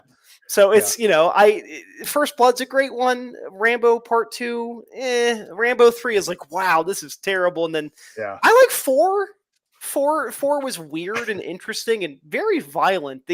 I won't talk in detail. I'm sure you've watched Rambo 4 at some point, but that's the one that's in Burma, and it begins with them stabbing people, and it's this is a way more. And that was the one that was directed by Sylvester Stallone himself. So I'm like, it's a very violent film. Yeah, I get to the point where I watch those movies because I want to laugh. Oh yeah, well it just becomes absurd. It's just so out there. Have you ever seen UHF, the Weird Al film that he did 35 years ago? No. It's a movie about Weird Al getting a local television station. But Okay. throughout the thing, he's trying to come up with TV shows to have on there. And there's one where it's him wearing like the blow up inflatable muscle suit, and they're recreating scenes from movies where he's like big buff action guys. Yeah. And there's that scene in Rambo 2 where he's like shooting like the single Vietnamese officer who's on the rock. But they do it where instead of it being like across a gully, it's like 3 feet away. And then when he explodes, he turns into like styrofoam or something. So Okay. so they thought that stuff was funny 35 years ago. Right. Man. Yeah. So back to the watch episode. Well, actually, we're done. We're done with the Casio part, and we got into the movies a little bit because the segue was the watch. It was the Momentum Chronosport UDT, which is now going to be the Momentum UDT, which is basically their version of a Seiko Arnie. But I think they may have come out with that watch in the 80s before Seiko did her at the same time. Because truth be told, the Seiko Arnie is just a tuna. It's just a solar tuna. Or at the time, it wasn't solar, but it was just a tuna watch that also had a digital display, and they were both quartz watches at the time. Right. So yeah. It's interesting. I am someone. If I am anything, I am someone who buys watches because they were in movies or video games or something. Right. As a big part of it, I try to buy good watches that were in movies or video games or TV shows. But sometimes you buy a Seiko and it just doesn't work twice. Oh man, that's terrible. That whole thing's terrible. All right, so we've gotten to the end of the show, and this is where a lot of people are either tuning out or we've got people tuning in because we're talking movies. I don't know. Let us know in the comments why you're watching right now. Let us know if you enjoy any of the Bond films that are behind me, since I'm surrounded by movies behind me. Are you a Bond guy? I am. Yes, I'm wearing. I Bond watch. Right, gotcha. I didn't. All of this. I have pictures that are signed by women from the Bond films. Oh boy. I have a Roger Moore autograph coming in next month, but that's very boring, very nerdy. Yeah. All right. What else is there? Everyday carry. Just describe everyday carry for you. We don't have the time to do the video or the show, the pocket dump. But what about everyday carry for you? Truth be told, I sent in mine. I think the last episode you did with Shane was when I sent my stuff in. Yeah. It hasn't changed. I'm wearing gym clothing right now, but I'm still carrying some type of firearm with the gym clothing, using a concealment belt, a can of pepper spray, and then regular stuff. So wallet, keys, phone. I carry a full-size flashlight I have it over here. I went from using a fanny pack to using one of these like across the chest sling bag things. Oh. And it's worked well because if I'm out like hiking, I can throw a 1 liter water bottle in here, but I can carry everything in here pretty economically. So again, like I'm still using the same Surefire flashlight I've been carrying for 6 years, and all of that. Not a lot has changed. If anything, the watches are the thing that changed the most. Right. Where I'm alternating between a G-Shock when I'm out doing yard work or at the gym, and then I'll switch to an analog watch when I'm not doing this things, or if I'm doing lighter versions of that. Like, this sounds goofy. If I do leg day at the gym, I'll wear this because I'm not like usually picking up the weights in my hands. Mm-hmm. Right. But that really hasn't changed. And on the topic of the firearm thing, I've been testing out some guns. I actually have an article coming up tomorrow about pocket pistols continued from last year, and wider range of not just small pocket guns, but small guns that could work in a suit or in gym clothing or in non-permissive environments. So places where you would get in either legal trouble or lose your job if you were caught with a gun. So I've been testing out various small guns, but for the most part, they really haven't changed very much. Yeah. So but how about yours? How about your EDC here? I got one. This is the MTM Menagio. It's on the kitchen table. I was in such a rush to go from there like it was. But it's about that long. It's so a small fixed blade knife. Small fixed blade. It has a sheath and it has a magnetic retention strap that goes over the finger choil. Okay. Which is, I got to say, like, I'm really impressed. I think I really like this because I had for a long time this massive Cold Steel S1R, SR1 folding knife. It's like 1/4 inch thick spine to it. It's very cold steel. Yeah, very much heavy duty.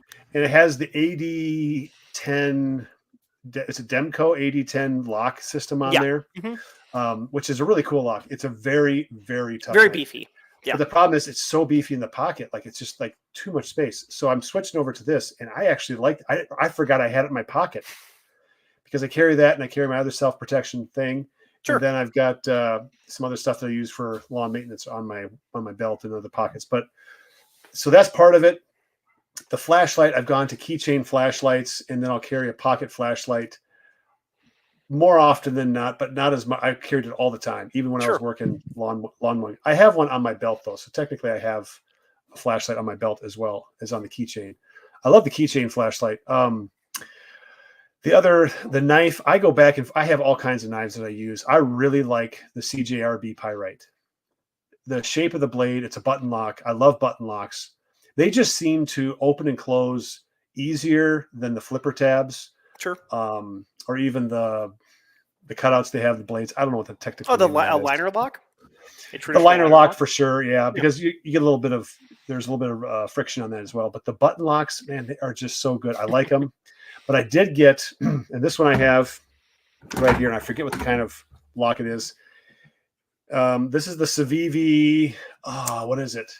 But it has the lock up here, and you pull it up, and it locks, it releases the knife. And it's just a great locking system. It gets your fingers out of the way of opening and closing it. And it's just, I love that locking system. I absolutely love it. That's going to be in the Father's Day thing that I'm going to do for the Friday video. It's going to be gifts, quick gifts for Dad on Father's Day, this Father's Day. So probably too late, but I've been busy. Well, I mean, you say that, but in the era we live in, it's so easy to buy something on Amazon and have it at Dad's house in a day and a half. Yeah, sure. Right. So it's funny because my editor did a Father's Day article a day or two ago. Yeah. So for gift buying, and he just linked a bunch of our reviews that we've done for stuff on the website. But yeah, that's a good idea. Yeah. So anyway, pretty plain, but the flashlight thing is taking over my life. I am. It's so cool. Trust. So cool. Hey, I get it. I've spent $600 on flashlights this month. I get it. They're weapon-mounted lights that are expensive. Right. I bought a new shotgun. We haven't discussed that. I bought a new shotgun, so I had to spend $300 on a light for the shotgun. Had to, yes. I decided. My editor goaded me. Gun guys talk this way though. Like I would say the same thing. Oh, I had to get a light. I joke about it. My friends, I'm a nerd and I play video games. They're like, why don't you have a nice PC? I'm like, so I'm interested by watches and guns. I don't have money for a computer. I'll play on an Xbox like a regular person. No, I bought a Beretta A300 shotgun. And between the optic, the mount for the optic, and the light, I spent more on those than I did the shotgun. But now I don't have to worry about it. Yeah. Well, I mean, it was $1,000 shotgun, but then when you factor in, $550 for an aim point, and then $80 for the mount for the aim point to be as low as possible, so you can do an over the top reload into the ejection port, and then the light. And the thing is, you did a great video that came out today, right, about lumens versus candela. And it's a little bit different for the uses, but we now live in an era where you can get a light that has great candela and great lumens, but still has good spill. Yeah. It's the thing. A lot of the modern weapon lights actually have good spill, where before it was like either it was all flood or it was all hotspot. Mm-hmm. And what I have on the shotgun, it is 75,000 candela with disposable batteries, disposables. And it's 650 lumens, which might be a little bit low in the lumen count. But the thing is that because of how they do the reflector and the head unit, I get perfect spill everywhere in my house. My longest sight line in the house is 17 yards, which that might not seem like a lot to some people. So 17 yards is about 15 meters, give or take, to convert to metric. That's a really long distance inside of a house, right? And so it's like, okay, I can illuminate that whole hallway. I can illuminate my living room just fine. But the candela is nuts. Like I'm used to weapon lights 5 years ago were like 20,000 candela is the best we can do with the hottest batteries you can buy. So flashlight technology is super impressive, especially the fact that you can buy stuff from China that's going to be twice the output of American stuff. It's just, I don't know how shock resistant it would be to get mounted on a shotgun or a rifle. Yeah. It's the big thing there. Okay. All right. So the shotgun is new in your family. I just got a bunch of flashlights on mine. Like I've been, it's a problem, but it's a fun one. I really enjoy it. And so we're going through it. You can't have more than one lover, so to speak, right? So when you're in the flashlight mode, like I am, like the watch things, like I got to make sure I get my watch review because I can't get back to this flashlight review. But the watch reviews, I'm changing that up just a little bit. I watched some other ways of me doing the videos, shorten them up a little bit, and the components to it. But I think the Well, let's go kind of wrap this up a little bit here. But what's going on with you as far as work? Anything online that you got going on? And I'm going to steal the question you always ask me: who are you watching now on YouTube? Okay, so work-wise, I'm still doing the website as the full-time thing. I took a little bit of a hiatus from like a regular full-time job for a little Yeah. while. My wonderful girlfriend and I are traveling a fair bit, not for vacations, but we've been in. We're at the age now where all of our friends are either having kids or getting married, and Hmm. this year is the year of traveling for weddings. So we're going to be in Rhode Island next week for a big wedding. So flying out there, we're doing something that might be strange because you and I, you know me well enough to know I'm not a huge fan of things that are kind of hokey. Yeah. We rented an electric car for the trip out. It's Rhode Island, so it's like we're not going to Does run it a take distance. double A's or triple A's?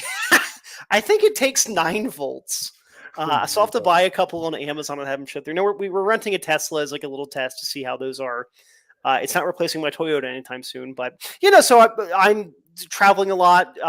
Website wise, content wise, I'm testing that shotgun. Johan commented, so again, thank you, Johan. I appreciate it.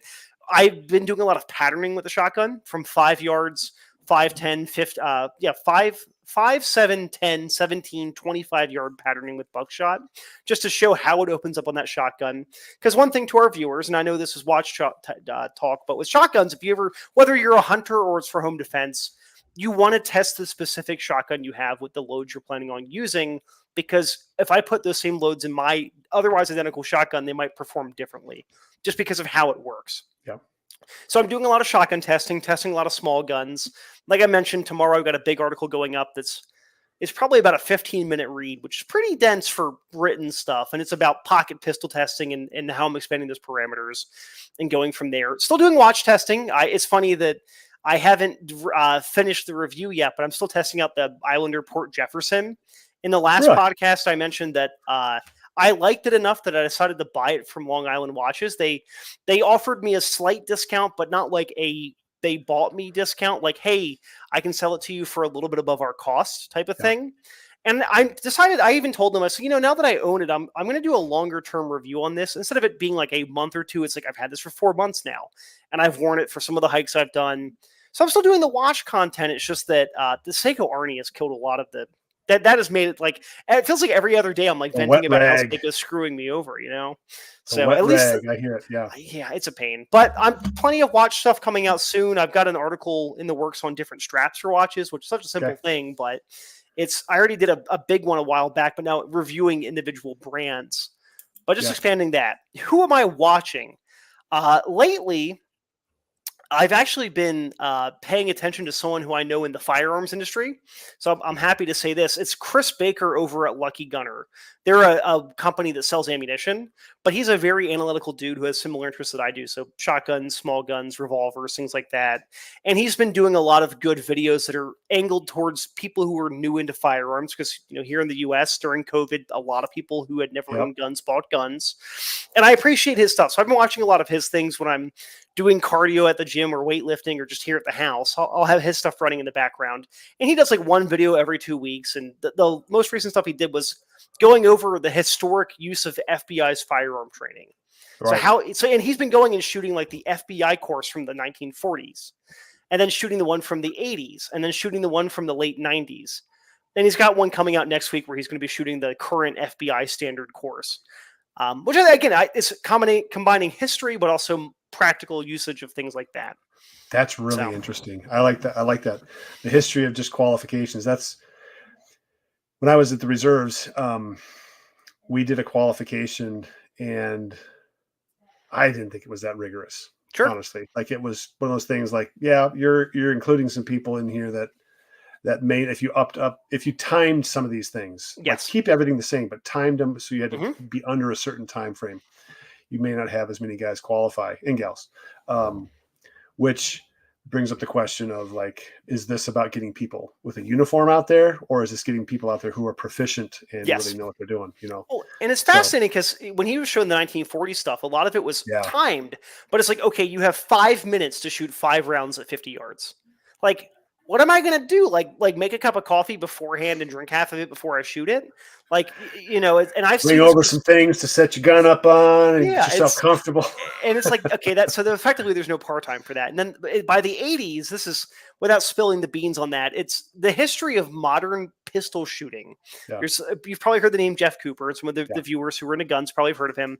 He's I don't want to give him all of the credit for it, but he's one of the people who's responsible for people putting two hands on a handgun. The whole joke is it's called a handgun, not a hands gun, but it's called the modern technique, i.e., two hands on the gun. By the mid 1980s, the FBI had adopted variants of what he had done, plus some of what Masad Ayub had done with Stress Fire, which is a book and a thing. I've been reading a 40-year-old copy of this firearm training book from the 80s. It's interesting to see how things have changed, right? Because we think, okay, 40 years ago when techniques started changing, you think of the 80s. What was 40 years before 1985? World War II was still happening. And obviously the training and techniques got a lot better from the 40s to the 80s. And now looking back 40 years later, it's like, okay, it's outdated by now, but compared to what it was 40 years prior, it's like, okay, this is like an entirely different planet. Yeah. So Chris over at Lucky Gunner has been doing the FBI shooting drills from various decades. And again, there's a lot of history that goes into it, but it's really fascinating to see someone who is a modern shooter who's pretty good go and try to shoot these old qualifications using the way that they told them to do it back in the 40s or the 80s or the 90s. Yeah. So, yeah. The evolution of that kind of training it's really important because you know what happens is, and this was something that happened even while in the short time that I was in law enforcement, but it happened from the time I got into law enforcement educationally, because I have a law enforcement degree from the early 1990s. And so I'm passionate about law enforcement. And you had Columbine. Yep. You had the Parkland shooting. You had the shooting at Newtown. Yep. And every one of those events changes the way that we go through tactical training as law enforcement. And also for me, it was education, because I'm mentioning all the school shootings. So the stuff in schools changed. So if I looked back when my career started in 1997, just prior to Columbine, okay, and I looked to what it is in 2020 was my last year in education. We were training teachers how to disarm people that were holding pistols.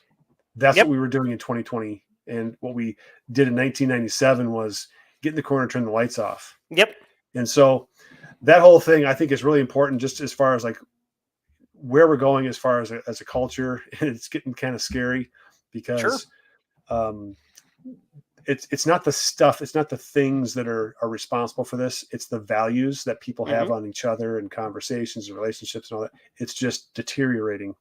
And so therefore it becomes easier to do this stuff. And so it's disheartening in that sense. But anyway, yeah, the training for law enforcement has evolved because Columbine, I remember watching that and being pissed. I mean, really mad, because I had just finished the law enforcement stuff. I was going to go into the academy in Minnesota. And I'm like, why are these guys waiting to go in there? You have all the stuff. They are kids, that have trained probably a little bit. One of the things in law enforcement we talk about is most people don't know how to handle a firearm properly.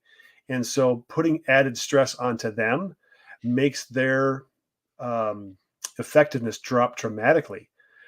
But they weren't doing it. So they're waiting outside. So the law enforcement tactics, the training that they had changed then. The way that you move down hallways changed from Columbine to now. There's all kinds of stuff. It's really fascinating. It's interesting because specifically with the FBI, they started working on like realizing, our techniques are kind of old by the 80s. Yeah. And then there was a big shootout that happened in Dade County, Miami-Dade County in Florida, where the FBI got into a shootout with two bank robbers. And that led them to the wrong, they basically said, the caliber of the guns was the issue, not the ability of the shooting. Where obviously it's like, okay, that maybe that played a part, but the bigger issue is that that's when they went to 40, right? They went to 10 millimeter. They went to 10. It was too powerful. And then it was too powerful. Then they went to 40, and then they're back to 9 millimeter because ballistics have gotten better on modern ammunition, but also people needed to get better at shooting, right? Yeah. Unless you were the guy who was like, or the guy or gal, but mostly at the time, as FBI in the 80s, mostly men. Unless you were someone who was at the range every week, it wasn't doing a whole lot. But even then, and again, the book I'm reading right now, Stress Fire, which is from 1984, Masada, you made the point that, even if you have these really good modern techniques that are like wonderful. If the people aren't going out and shooting every week, they're going to have more deterioration than if we teach them things that are really tangible they can learn quickly. For reference, Masada Yube stress fire is what the U.S. military decided to teach for the next 25 years after the process came out, right? And not that the military is a shining example of good marksmanship and shooting, but it was better than what they had done before, which was hand on the hip, one hand on the gun, that kind of stuff, right? But I agree with you that the law it's all cyclical, because civilian training, law enforcement training, it's I could take classes, half the time they're taught by guys who used to be cops, guys or gals who used to be cops, right? And a lot I've also taken classes with the cops there, and they're the worst shooters there, because it's tied into how the departments don't have enough funding for training. And then I'm sure you saw it, that a lot of guys would not go to training unless they were paid to be there. And I'm over here spending $600 a class to go take training. Yeah. I'm paying my own money to go there. So yeah, that's a whole interesting thing. So again, the brief time I was there, within the first year that I was in the sheriff's office, the technique that came out, let's see, what was it? What was the technique? Oh, shoot. Now I've drawn a blank on it. But there was a technique that I took from competitive pistol shooting, which I'd done bookended law enforcement. Sure. I've been doing it before and I've done it after. But it was something that we were doing there. And I'm trying to think of what the technique was that was different. I think it was just rolling your wrists forward, preloading your wrists as far as like how you were holding the pistol, and really camming your support hand forward on the side of the gun, so that the recoil doesn't bother you as much. Basically, what you're doing is you're using biomechanical leverage, basically, to keep things as still as possible, even under stress. Yeah. And so I'm like, this is like, it's been in the competitive pistol shooting world for quite some time. And anyway, that was one of those things, it's kind of a head scratch, like law enforcement's just picking this up. But the reality is, and this is to be fair, law enforcement responds to what's going on around them. Prior to the Miami-Dade County shooting, or the San Bernardino shooting in California, in both situations, law enforcement felt like they were undergunned. And I think the San Bernardino one, they were legitimately undergunned. Oh yeah, the guys have body armor and AK-47s. Yeah, and so they're coming out with rifles, and the cops had pistols. They're going into the gun shops to get rifles. Yeah.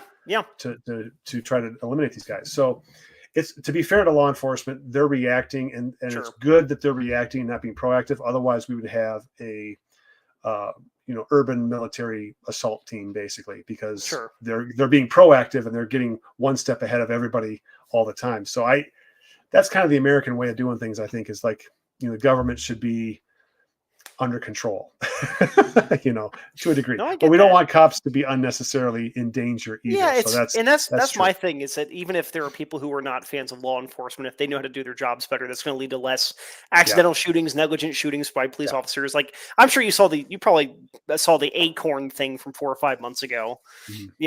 But it's like, that's just people that have not been sufficiently trained, and guys emptying his pistol in his own patrol car. So yeah. I could go into this whole law enforcement thing, because it's the perspective I have is, I started out law enforcement, went into education, went into administration, went into sworn law enforcement. I was a sworn law enforcement officer for a while, and then you see all this, and now I'm out of education, I'm out of law enforcement, and now I have an opinion that I don't think I would have said out loud. Sure. 5 years ago. Yeah. Because there are some things about just the whole ball of wax that is the perception around law enforcement that I think is earned, and at the same time it's unearned. Like, you don't know what it's like. Most people, most people don't know what it's like to be on patrol, walk up to a car, and you're figuring everything out split second. You don't know. And I've walked up to vehicles and there's a gun sitting on the front seat. Now that's Montana, sure, and that might be Utah. Yeah. And so we know that. But the reality is that gun is still on the front seat. Sure. Right. So the reaction time and everything that you're trying to control, and you're trying to be cordial, you're trying to just do a traffic stop. Right. And there's all this stuff, and you've got to make the best decision that you can. And I have a lot of empathy, even for the school resource officer in Parkland, you don't know what you're going to be like in a shootout until you're in a shootout. Sure. And it's tough because you go through all the stress inoculation. I think that's part of what Mossad was talking about. Yeah, the book's literally called Stress Fires, about ways to get that's people. part of the training of law the enforcement today. the simplest stuff to when you're under stress, you don't screw up too badly. Right.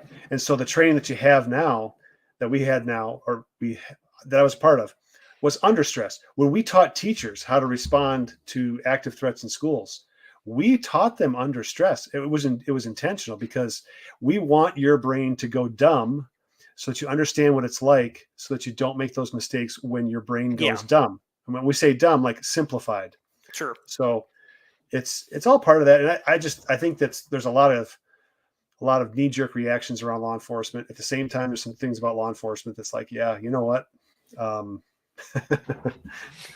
Calm down. Let's everybody take a breath. And it's interesting because going into regardless of the skill, if something that you might need to use under stress, trying to do stress inoculation is hard to do for a lot of things, right?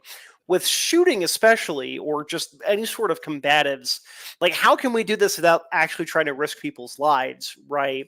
One of the things I've done in the past is I did a night vision in low light class back in February that I taught to a group of local guys. And we had everybody watching. It's a minor thing, but if you have to go and perform in front of people and we're doing 2 guys in a shoot house with laser guns effectively. So I'll explain the details when we're all off the live stream, but we did laser guns effectively. And okay, kill or be killed, and everyone's watching. It's a slight degree of stress, which is still better than no stress, right? And that's the thing is that, again, we talk about law enforcement. If you are one of 3 sheriff's deputies for a county in one of 40 counties in a state, how are you going to get the budget to actually get trained, right? It's as simple as that. And obviously, there's also the desire that people have to be willing to learn things, which is a hard thing sometimes. It's a shame because we live in the era where there's so much information out there for any topic. You can become an expert on anything if you put enough time into it, right? And a lot of folks, they want to be the expert. They don't want to put in the time. Yep. Right? That's right. So, but it's interesting. Right. It's an interesting topic. But that all goes off of who I've been watching. So we're going to pivot back to you. So what are you working on, and who have you been watching? So, what I've been working on is it's on YouTube. Yep. It's been fun. I do enjoy the watch thing. I'm kind of getting to the point with watches where I'm seeing not significant differences between watches like I did a year ago. So that part it's a little more difficult that way. And so I think people are going to start to see more comparison videos or duration videos, because it's just like, I'm not going to beat a dead horse on the field style watch. I've got 15 field style watch. This is a great field. No, they're splitting hairs. So that's part of what I'm kind of changing there. The flashlight thing I think is really important. It's kind of like this ebb and flow of learning about flashlights. So I've been watching a channel. I think it's Cheule Flashlights, Cheule. Cheule. It's with a CH. Cheule's Flashlights. I forget how to pronounce it. But the guy knows his stuff. I mean, it's like he knows the drivers and the components that go into a driver, and all the the technical stuff. And then he does really good work when it comes down to just video work and demonstrating different things about flashlights. So from a learning perspective, that's a great channel for the flashlight side of things. Watch channels, it's kind of the same thing, just seeing different channels out there. Shane at Relative Time. Of course. I want to give Shane a shout out real quick. So on Watch Crunch, we did Crunch Trek 2024. So a little competition. Mm-hmm. Shane's team won. So I want to give him a little shout out. Yeah, he beat our team. Our team was the second place team. He beat us. You guys were 1 and 2. Yes, we were. I heard about that, and again, I'm just like I go from work, get home, eat, sleep, work, get home, eat, sleep. But congratulations to both of you. I mean, that's Watch Crunch. That's a big community. The fun thing is that the guys on our team, we're now we have a group chat where we've been chatting every week. I'm going to try to visit one of the guys who lives in Rhode Island when I'm out there next week. So it's fun just to think that little competition led us to now I've got friends in North Carolina who have a pile of Omegas, and buddy who lives in Canada who just bought a Grail original Accutron Bulova watch from the late 50s, early 60s, that kind of stuff, right? So it's interesting, but Shane won that, and great channel, of course, certainly worth watching. Absolutely, yeah. Good stuff. You watch. I'm trying to think. I watch stuff. I've not been watching a ton of watch content recently because I gotta watch some of your firearm stuff. Honestly, like I want to see some of the stuff you're doing. Well, truth be told, a lot of it is B-roll. It's stuff that's going into articles. But last week, like I said, Johan was watching that. I did a bunch of testing of buckshot at various distances, and then I've been shooting a Smith & Wesson Model 19, so a classic 357 Magnum gun. I've been shooting that a lot because that's actually a gun that I'm planning on carrying when I'm back on the East Coast. Because I have to be concerned about magazine limits, but also hollow point ammunition is banned in one of the states where I might have a layover. So I prefer not to have to worry about that. So I can carry some lead bullets, some solid lead bullets on the East Coast. I swear, people are so fixated on the thing. Yes. And not on the who. So, but on the what. Anyway, well, cool. So we got to wrap this up because I haven't had dinner yet. Neither have I. I'm in the same boat. Okay. All right. So we're both looking at the clock. It's like it's almost 8 o'clock. It's like, oh gosh. Yeah, and I'm going to hit the sack here pretty soon. So, but Paul, thank you very much. We got to do this again. Me. Yeah, and I will try to be on time the next time. And for everybody who's watching, for everybody who's watching, thank you for watching. Really appreciate it. We want to hear comments, whatever comments you have on the whole gamut from watches all the way to movies to firearms, to law enforcement, and firearms. I mean, it's like I enjoy it. So I hope you guys are enjoying it. Put in the comments what you like about this or what you don't like about it. We'll try to do our best. But anyway, is there anything else to say? I don't think so. I don't think we had planned out what next month's video was going to be. No. So if anyone who's watching this either live or as the VOD, if you have a topic you'd like us to cover, we'd be happy to do it. The Casio one's one we've been floating around for a while. But yeah, if you have a topic that you think we'd be interested in watching, we can always either do it as a full episode or sub it in as like a 10 or 15 minute long segment within an episode. Yeah, exactly. Good point. Thank you, Paul, again. Of course. All right, we'll sign off. Thank you, everybody. We'll see you next month. Take care, everybody. Yep.